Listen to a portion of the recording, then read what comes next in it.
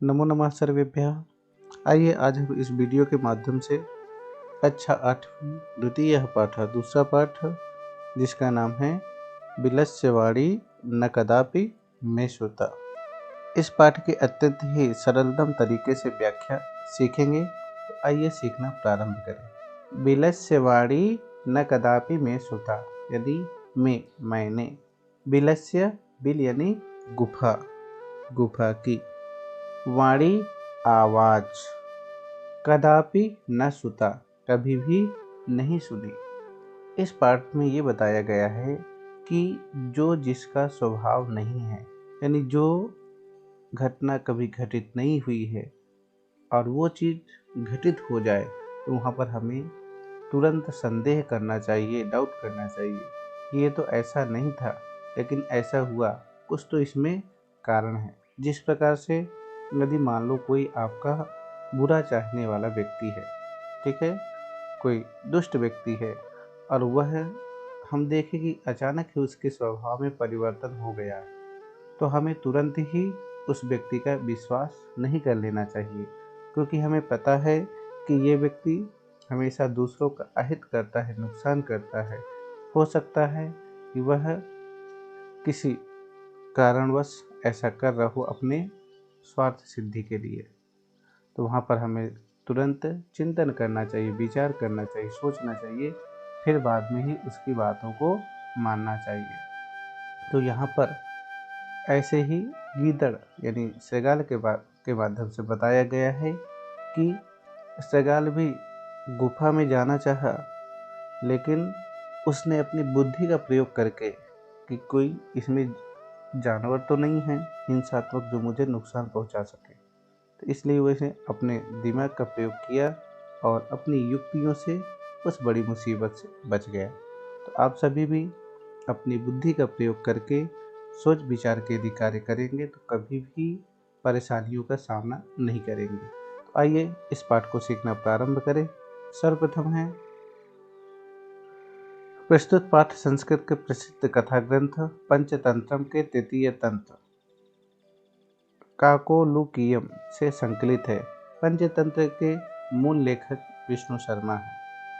एक संस्कृत का प्रसिद्ध कथा ग्रंथ है पंचतंत्रम। तो यहाँ पर जो ये नाम है पंचतंत्रम, यहाँ पर इसको 5 खंडों में विभाजित किया गया है इस कथा ग्रंथ को, और यह कथा ग्रंथ काकोलुकीयम इस ग्रंथ से संकलित है और इसके लेखक विष्णु शर्मा हैं। इसमें 5 खंड हैं जिन्हें तंत्र कहा गया है। इसमें गद्य एवं पद्य रूप में कथाएं दी गई हैं और पंचतंत्र में गद्यात्मक कथाएं भी हैं और पद्यात्मक भी हैं, जिनके पात्र मुख्यतः पशु पक्षी हैं। और इस पंचतंत्र में पशु पक्षियों के माध्यम से अनेक अच्छी कथाएं हैं जिनसे बहुत सारी हमें शिक्षाएं प्राप्त होती हैं, चाहे वह नैतिक हों, चाहे बौद्धिक हों, चारित्रिक हों, चाहे सामाजिक हों, अनेक प्रकार की हमें ज्ञान प्राप्त होते। तो ऐसी ही एक कथा है, आइए। कस्मिश्चित वने, कस्मिश्चित किसी, वने जंगल में, खर नखर नाम सिंह प्रतिवसति स्म। खर नखर नाम का सिंह शेर प्रतिवसति स्म रहता था। तो देखिए यह एक जंगल है जिसमें शेर रहता था और इस शेर का नाम क्या था? खर नखर। किसी जंगल में, वन में खर नखर नाम का शेर रहता था। सह कदाचित इतस्ततः परिभ्रमन् क्षुधार्तः न किंचिदपि आहारं प्राप्तवान्। सह कदाचित इतस्ततः, सह यानी वह शेर, कदाचित कभी, इतस्ततः इधर उधर, परिभ्रमण यानी घूमते हुए, क्षुधार्तः भूख से व्याकुल हो गया, परंतु न किंचिदपि आहारम प्राप्तवान, परंतु उसे कुछ भी, किंचिदपि कुछ भी, आहारम भोजन, न नहीं प्राप्तवान, वह कभी इधर उधर जंगल में घूमते हुए भूख से व्याकुल हो गया, परंतु उसे कुछ भी खाने को भोजन प्राप्त नहीं हुआ।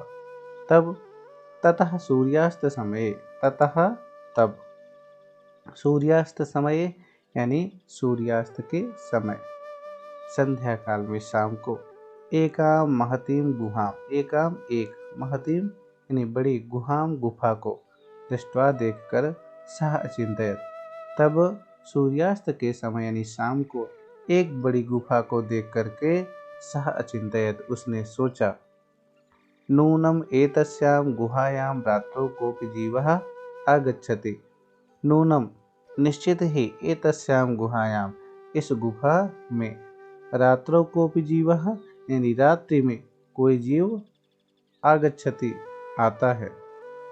उसने सोचा कि नूनम एतस्याम गुहायाम, निश्चित ही इस गुफा में रात्रि में कोई जीव आता है। अतः अत्रैव निगूढ़ो भूत्वा तिष्ठामि इति, अतः इसलिए, अत्रैव यानी इसी गुफा में ही, निगूढ़ो भूत्वा यानी छिप करके, तिष्ठामि इति बैठ जाता हूँ, अतः इसलिए इसी गुफा में बैठ कर छिप करके बैठ जाता हूँ, और जिससे कोई जो जीव है वो जब गुफा के अंदर प्रवेश करेगा तो वह मेरा भोजन हो जाएगा। ऐसा सोच करके वह गुफा में प्रवेश करने लगा। एतस्मिन् अनन्तरे गुहायाः स्वामी दधपुच्छः नामकः सगालः समागच्छत्। एतस्मिन् अनन्तरे, एतस्मिन् यानी इसके, अनंतरे यानी बाद, ऐसा जब उसने सोचा तो इसके बाद गुहायाः स्वामी, जो गुफा का स्वामी था, उस गुफा में रहने वाला जो जीव था, वो प्राणी था, गुहायाः स्वामी ही दधपुच्छः नामकः सगालः समागच्छत्, दधपुच्छ नाम का जो सगाल यानी गीदड़ था वह समागच्छत् आया। इसके बाद गुफा का जो स्वामी था, मालिक, उस गुफा में रहने वाला जो दधिपुच्छ नामक जो सगाल था वहाँ आया। सहचा यावत पश्यति, और वह जब देखता है, तब, तावत तब, सिंहपद पद्धति ही, शेर के जो पैरों के निशान है, सिंहपद पद्धति, शेर के पैरों के निशान, गुहायाम प्रविष्टा दृश्यते, गुफा में प्रवेश करते हुए दिखाई देते हैं। यानी सच यावत पश्यति, वह जब देखता है, यानी सगाल जब देखता है, तावत तब, सिंहपद पद्धति ही, शेर के पैरों के निशान गुफा में प्रवेश करते हुए, गुफा में जाते हुए दिखाई देते हैं। तो देखिए, वह तुरंत समझ गया कि इस गुफा में शेर जा रहा है, शेर के पैरों के निशानों को देख करके। नाचा बहिरागता, पर और जो शेर के पैरों के निशान है वह अंदर गुफा में जाते हुए तो दिखाई दिए, लेकिन नाचा बहिरागता, और बाहर आने के उसे निशान नहीं दिखाई दिए। सगालः अचिंतयत्, सगाल ने सोचा, अहो विनष्टोस्मि, अरे हे भगवान, मैं तो, अहम यानी मैं, विनष्टोस्मि मैं मारा गया, हे ईश्वर मैं तो मारा गया। नूनम अस्मिन् बिले सिंहः अस्तीति तर्कयामि, तर्कयामि यानी सोच रहा हूँ, उसने चिंतन किया, उसने सोचा, तर्कयामि सोच रहा हूँ, नूनम अस्मिन् बिले सिंहः अस्तीति, निश्चित ही, निश्चित रूप से, अस्मिन् बिले इस बिल में, सिंहः अस्ति शेर है, निश्चित सोच रहा हूँ, तर्कयामि सोच रहा हूँ, अस्मिन् नूनम अस्मिन् बिले निश्चित ही इस बिल में, सिंहः अस्तीति शेर है। सेगाल ने सोच लिया कि निश्चित ही इस गुफा में, इस बिल में शेर है। तत्किम करवाणी, अब क्या करूं? लेकिन कहते हैं ना, सेगाल बड़ा ही होशियार होता है, वह तुरंत ही उपाय सोच लेता है उस विपत्ति से मुक्त होने के लिए। ये नहीं कि उसने कुछ भी सोचा नहीं समझा और सीधा गुफा में प्रवेश कर देगा तो वो शेर का भोजन हो जाएगा, लेकिन तुरंत उसने दिमाग लगाया कि नहीं, अब इसका परीक्षण करता हूँ, शेर है या नहीं। एवं विचिन्त्य दूरस्थः रवं कर्तुम् आरब्धः, एवं विचिन्त्य एवं यानी इस प्रकार, ऐसा विचिंत सोचकर दूरस्थः दूर स्थित हो गया, दूर चला गया। रवम कर्तुम आरब्धः आवाज करना प्रारंभ कर दिया। एवं ऐसा सोच करके वह दूर चला गया, दूरस्थः दूर स्थित हो गया, और वहां से उसने क्या किया, आवाज करना प्रारंभ किया। रवम मतलब होता है आवाज, रवा नहीं है। तो एवं विचिंत दूरस्थः रवम कर्तुम आरब्धः, एवं ऐसा विचिंत सोच करके दूर स्थित होकर के वहां से आवाज करना प्रारंभ किया। देखिए क्या आवाज करता है, भोबिल भोबिल, अरे बिल यानी गुफा। तो भोबिल अरे गुफा, किम न स्मरसी, क्या तुम्हें याद नहीं है, किम न स्मरसी, क्या तुम्हें स्मरण नहीं है, याद नहीं है, यन जो मया त्वया सह समयः कृतोस्ति, मया यन त्वया सह समयः कृतोस्ति, मया यानी मैंने जो त्वया सह तुम्हारे साथ शर्त लगाई थी, तुम्हें याद नहीं है, मैंने जो तुमसे समय यानी शर्त लगाया था।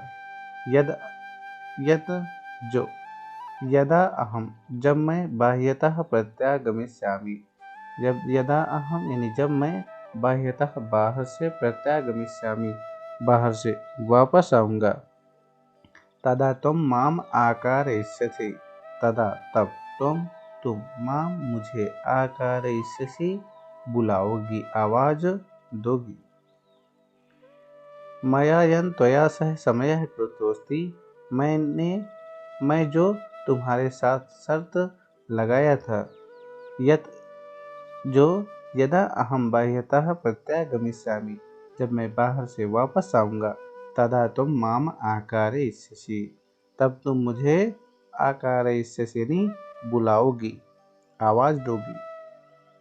यदि तुम माम न आह्वयसि, यदि अगर तुम माम मुझको न आह्वयसि, यदि तुम मुझे नहीं बुलाओगी, तर्हि तब अहम द्वितीयं बिलं यास्यामि, तब मैं दूसरे गुफा में यास्यामि चला जाऊंगा।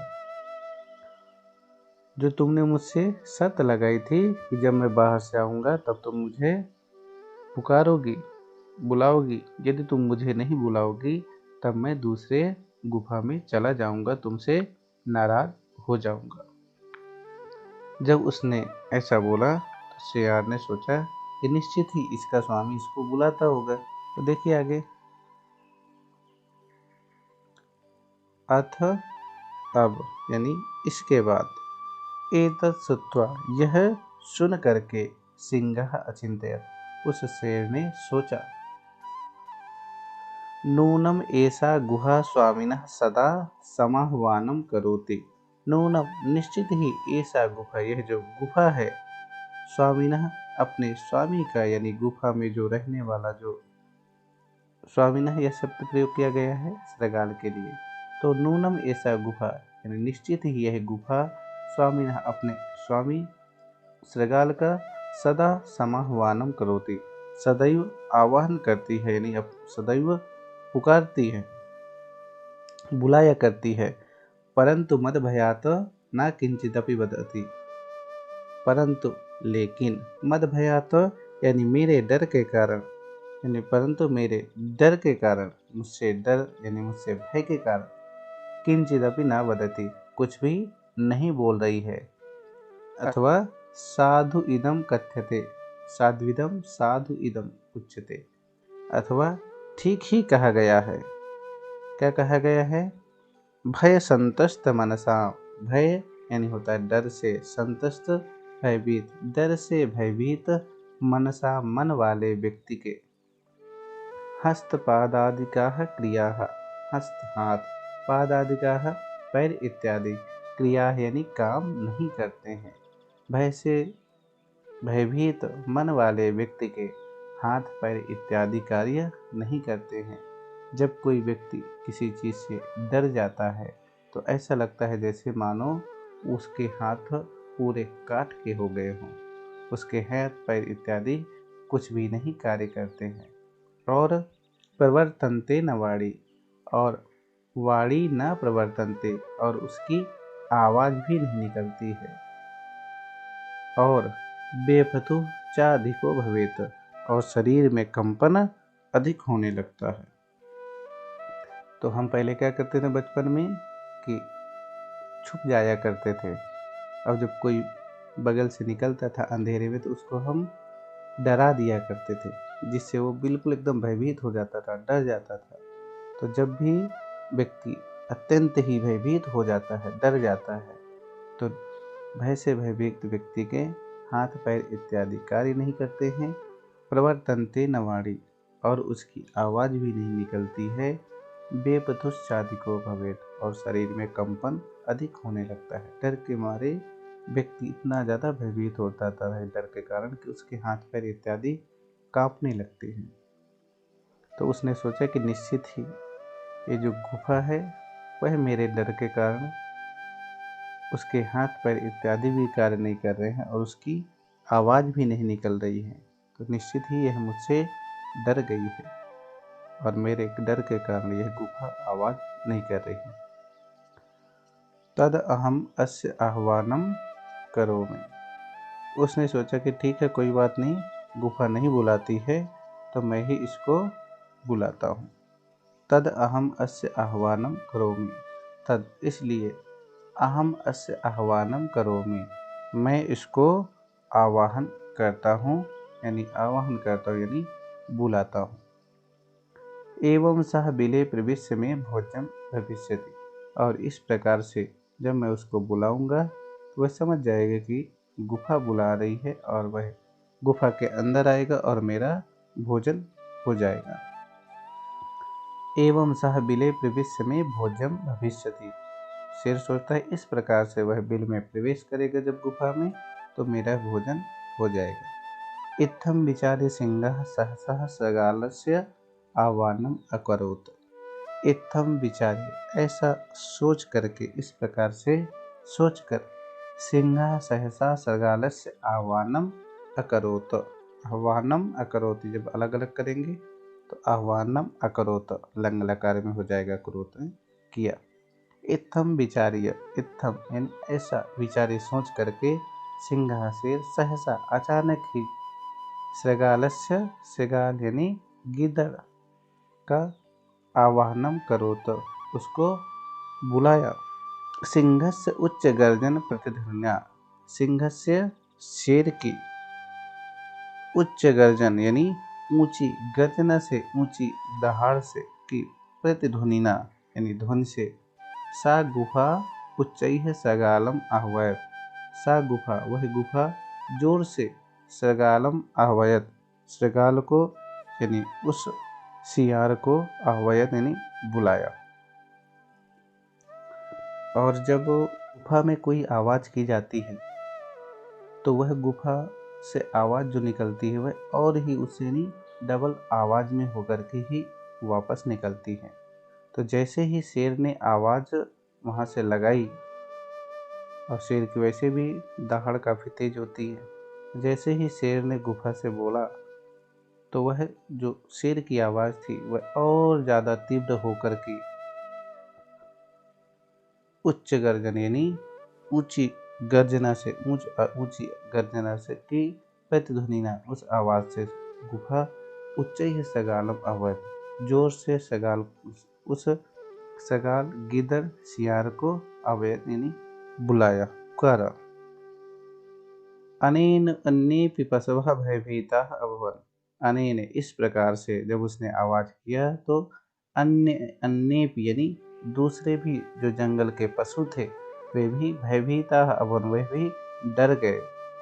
और सृगालोऽपि ततः दूरं पलायमानः, वह जो सृगाल सियार था, सियार भी ततः दूरम पलायतः वहाँ से, ततः यानी वहाँ से, दूरम बहुत दूर, पलायमानः यानी भाग गया। तो देखिए जैसे उसने तेज आवाज़ लगाई शेर ने, तो जितने भी पशु पक्षी थे वो भी डर गए, भयभीत हो गए। और जो भी जंगल के जो जानवर थे वह ऊंची गर्जना को सुन करके वहां से दूर भाग गए और वह श्रृगाल भी दूर भागा। इसके बाद और भागते हुए वह ये पढ़ रहा था, यह उच्चारण कर रहा था। देखिए भग रहा है ना श्रृगाल, तो भागते हुए वो कह रहा है इमम अपठत, यह पढ़ते हुए श्रृगाल उस जंगल से भागते हुए जा रहा था और कह रहा था कि अनागतम यह कुरुते सशोभते। अनागतम यह कुरुते सशोभते यानी अनागतम यानी आने वाले दुख का, यह कुरुते यानी जो उसको निराकरण करने के लिए, उसको दूर करने के लिए जो प्रयास करता है, वह व्यक्ति क्या करता रहे, शोभते सुशोभित होता है, शोभायमान होता है। जो व्यक्ति यानी आने वाले दुख का अंदाजा लगा करके उस दुख को दूर करने के लिए प्रयास करता है, वह व्यक्ति सुखी रहता है, शोभायमान रहता है। तो निश्चित है कोई भी यदि समस्या मुसीबत आने वाली है और उसको जान करके वह व्यक्ति, यदि कोई भी व्यक्ति होगा, उसको दूर करने के लिए यदि प्रयास करने लगेगा तो वह उस समस्या से, उस मुसीबत से नहीं घिरेगा, दूर हो जाएगा और वह व्यक्ति सुखी रहेगा। और कह रहे हैं स सोचते यो न करोत्य अनागतम, कह रहे हैं यह जो अनागतम न करोति, और जो व्यक्ति अनागतम यानी आने वाले दुख का निराकरण नहीं करता है, सह सोचते वह व्यक्ति दुखी रहता है। स सोचते यो न करोत्यनागतम, परंतु जो प्राणी, यो यानी जो, यह जो प्राणी अनागतम यानी आने वाले दुख का निराकरण नहीं करता है, न करोति यानी जो निराकरण नहीं करता है, उस दुख को दूर करने का प्रयास नहीं करता है, स सोचते वह व्यक्ति बहुत दुखी रहता है, वह चिंतनीय है। इसलिए जो व्यक्ति आने वाले दुख का निराकरण पहले से करने लगता है वह सुखी रहता है। जो आने वाली मुसीबत विपत्ति को वो टालता रहता है कि कोई बात नहीं, जब समस्या आएगी तब देखा जाएगा, तो वह क्या है, चिंतनीय है। वह व्यक्ति फिर बाद में दुख का सामना करता है।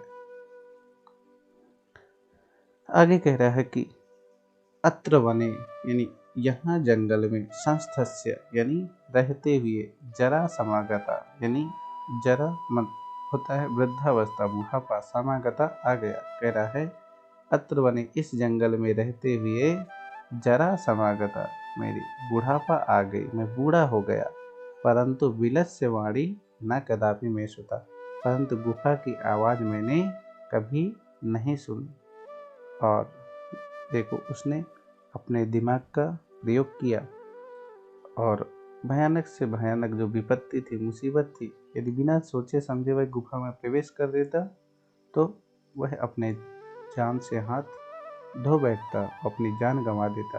लेकिन अपने दिमाग बुद्धि का प्रयोग किया और श्रृगाल जो सियार था वह विषम विकट जो परिस्थिति थी, मुसीबत थी, उससे मुक्त हो गया और वहाँ से बहुत दूर उस जंगल से चला गया। तो आप लोग भी यदि कोई समस्या, विपत्ति, मुसीबत आती है तो बिना डरे हुए उस समस्या से सामना करें और अपनी बुद्धि का प्रयोग करके उस मुसीबत से छुटकारा पाएं। तो चलिए, मैं आशा करता हूँ आप सभी को ये वीडियो पसंद आया होगा और आपको शिक्षा भी प्राप्त हो गई होगी।